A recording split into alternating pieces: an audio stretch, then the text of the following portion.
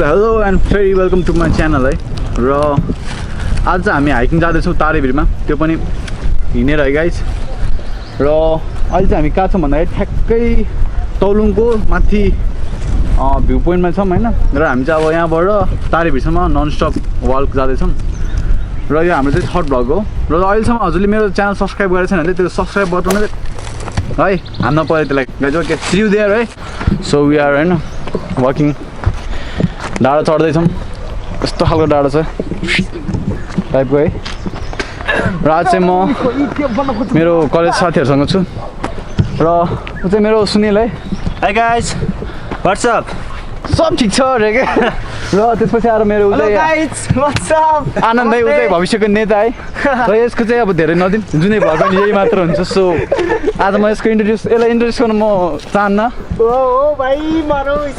So we are होइन hiking जाँदैछौँ बाटो एकदम अप्ठ्यारो छ walking is good for health हिँड्न पर्छ हिँड्यो भने फिजिकली फिट भइन्छ रोगहरू कम लाग्छ तर हिँडी बानी नभएर ब्रिदिङ प्रब्लम सास फेर्न चाहिँ गाह्रो हुन्छ स्यास आउँछ छिटै बाटो चाहिँ एकदम डेन्जर छ सो अहिले चाहिँ हामी जङ्गलको बिचतिर आइपुगिसक्यौँ है यहाँ चाहिँ पुरै बाटो अफ छ यति हिँड्दाखेरि नै गाह्रो भएर आइसक्यो भित्रबाट तारेभिर चाहिँ अझ यहाँबाट 2 घन्टा कि 2.5 घन्टा हिँड्नुपर्छ अरे चियान डाँडा है यो तारेभिर तर हामी पुगेरै छाड्छौँ गाइस पुगेरै चियान डाँडा यो सास फेर्न गाह्रो भएर बोल्न पनि गाह्रो भइरहेछ चियान डाँडा यहाँ त पहिला मान्छे पोल्ने गर्थ्यो है पहिला होइन अहिले पनि अलिक बेलुका आयो भने एक्लै आयो भने त तर्साउँछ खान्छ भोटले सो यहाँ चाहिँ बेलुका हामी तर्साउँछ खान्छ अरे तर यसको कुरा कसैले नसुन्नु किनभने यो हाउडे हो तर मेरो मात्र कुरा सुन्नु म हावा बोल्दिनँ हावा कहिले बोल्दैन भाइ त्यो भनेको एउटा प्राकृतिक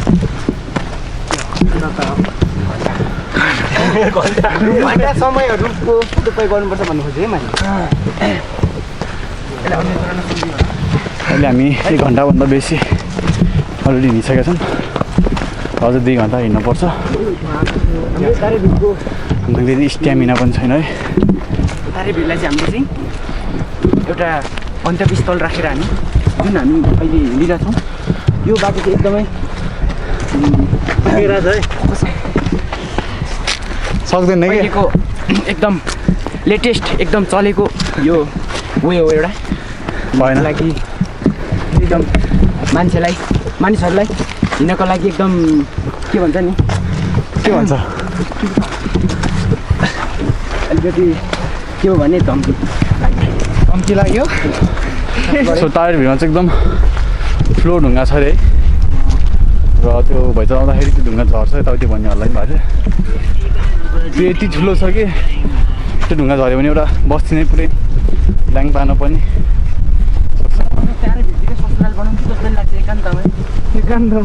र नेपाली पारा त मलाई मन पर्दैन क्या यसो डोको सोको यसो फोड्यो भनिरहेको हुन्छ तर के गर्ने नेपाली पारा त्यो फुटबल याद आउँछ कि क्या हो ब्याङ हानेर हिँडिदिन्छ क्या तिनीहरूलाई मतलबै छैन क्या नेपालीको यो बानी नराम्रो के को लागि पनि थाहा हुँदैन कि नेपालीलाई अलिक विकासको चाहिँ अलिकति हुन्छ नि विकास भएको केही हेर्न चाहँदैन क्या नेपाली फेरि नेपाली भने फेरि नेपालीहरू फेरि रिसाउनु होला जसले त्यो गर्छ त्यसलाई मात्र मैले अहिले उ गरिरहेको छु है उनीहरूको अरू रिसाउनु पर्दैन भ्योर्स होइन गल्ती भयो माफ पनि सरी है बाटो कि के हो यो थाहै छैन क्या पुरै ढुङ्गा छ चढ्न परिरहेछ यो पुग्छ कि पुग्दैन थाहा छैन त्यही पनि गइरहेछौँ गन्तव्य हेर्नुपर्छ आफ्नो गन्तव्यमा के छ हाम्रो लक्ष्य दिस इज द जङ्गल है एकदम खालको भ्यू छ है टक्क केमा चाहिँ गरिएको छैन र मैले so this is the view point है सबै देखाउँथ्यो माथि यहाँबाट भ्यू चाहिँ यस्तै इट्स मेटर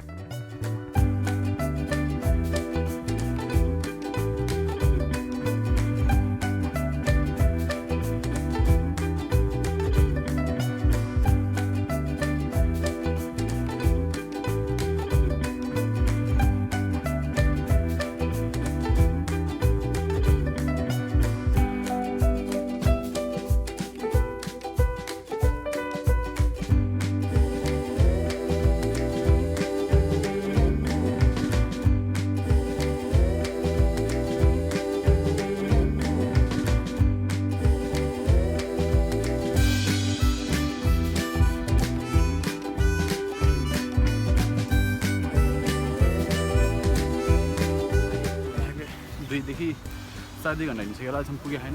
बाटो पनि थाहा छैन कहाँ जान्छ बाटो। र यो बाटो तारे भिड निस्किन्छ निस्किन्छ है? कति टाइम लाग्ला? 15-20 मिनट? आधी घन्टा आधी घन्टा? तारे भिडै माथि आधी घन्टा। ओ माई गड, सहज आधी घन्टा हिँड्नुपर्छ रे गाइज। हिँड्दा थाकिसक्यो यार, गाह्रो भइसक्यो। कहिले हिँड्दिनँ नि त म, कहिलेकाहीँ मात्र हो हिँड्ने भनेको नै। सो रेगुलर हिँड्नुपर्छ हेल्थको लागि है। तर धन्न बाटोले चाहिँ इनर्जी दिइरहेछ, भ्यूले इन्करेज गरेर चाहिँ हिँडौँ हिँडौँ लाग्ने खालको भएछ क्या। अझै माथि जाउँ अझै दामी भ्यू, अझै माथि जाउँ अझै दामी भ्यू क्या। तर लाइफ धेरै गाह्रो छ। तार भिडमा बस्ने मान्छेहरू दिनको यस्तो बाटो हिँड्दाखेरि त गाह्रै पर्छ नि। हाम्रो कहिले काहीँ जानु मात्र ओके हो, जहिले ओहोरदोहोर गर्नु पर्यो भने त यो बाटो त नसोद्धा हुन्छ गाइस।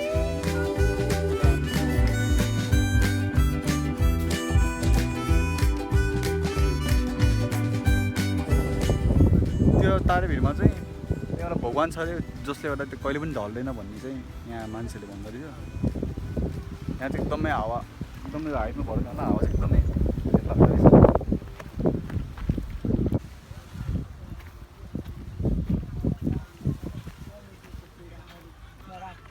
बाटो 730 लाग्यो तँलाई खाँदैन खाएको बिस मोज गरे होला कम्तीमा 1 वर्ष मायाको साटो चाहन्थे तँलाई सेक्स गर्न 32 मेरो इच्छा विपरीत नगर मस्ती तँ मान्दैन थिस तर गर्थे जबरजस्ती।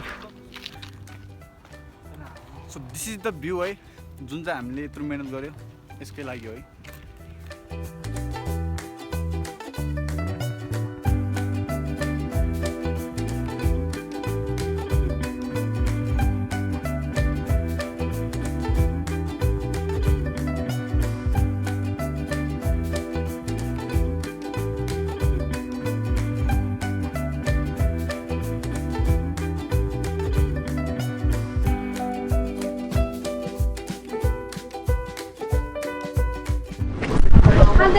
सो अहिले चाहिँ हामी यहाँ माथि तारे के अरे तारे भिड पुगिसकेको छ र अब हामी थोरै चिया खान्छौँ, खाजा खान्छौँ है।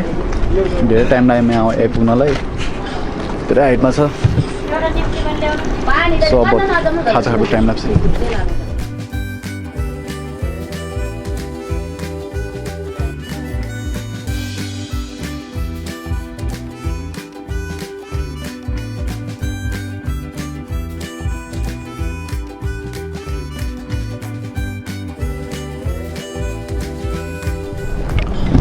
सो हामीले दुःख गरेको चाहिँ होइन, खासै यही भ्यूको लागि हो होइन, अरू त यहाँ त्यस्तो केही छैन थियो। तर भ्यू नै हो सबभन्दा खतरा है।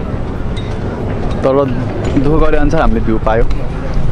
हामीले खाजासाजा पनि खाइसक्यो र यहाँ धेरै चिसो रहेछ, त्यही भएर मलाई चाहिँ अलिक टाउको दुख्न थाल्यो। चिसो छ लास्टै, धेरै हाइटमा भएर पनि होला। आज अब सबै यो लामा बस्ती नै भएर होला होइन। जाँदै यो लामाहरूको फ्ल्याग जुन त्यो झुन्डा रहेछ, रमाइलो छ। आउनुपर्छ एकचोटि, आउनु पनि ठाउँ हो।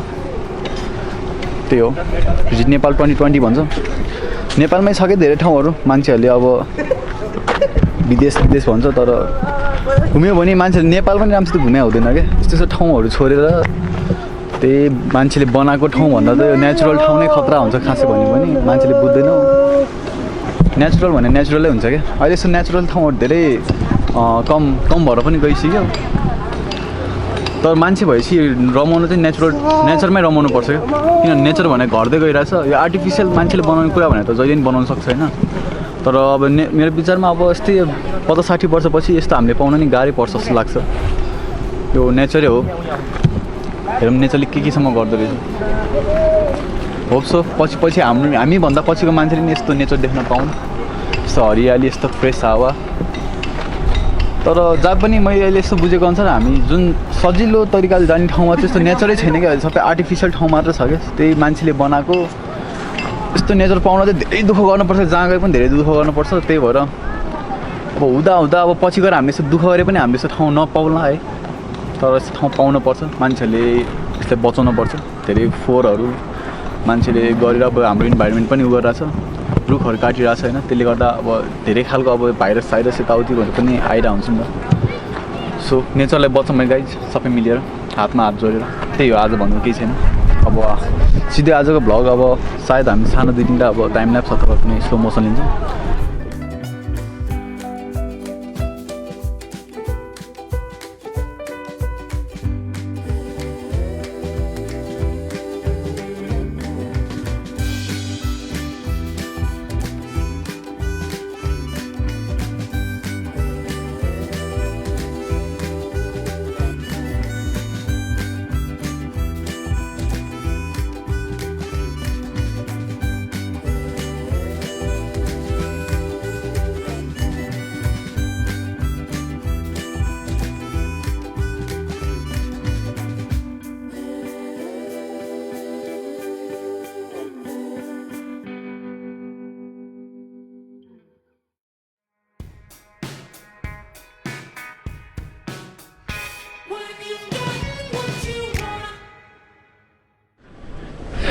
सो आजको भ्लगमा चाहिँ हामी यति नै देखाउँछौँ र मेरो अरू भ्लगहरू पनि हेरिदिनुहोस् मन पराइदिनुहोस् है म स्टार्टिङ हो म त्यस्तो हाई लेभलको भिडियो हाल्दिनँ तर म ट्राई गर्छु मैले इन्क्रिज गरेर आफ्नो भिडियो एडिटिङ लेभल पनि हेर्नुहोस् त्यही भएर तपाईँले मलाई सपोर्ट गरिदिनुहोस् यतिकै सपोर्ट गरिदिनुहोस् माया गरिदिनुहोस् म योभन्दा दामी भिडियोहरू हजुरलाई देखाउन ट्राई गर्छु I will try my best है प्लिज डु सपोर्ट है guys thank you see you on next vlog 1 2 3 go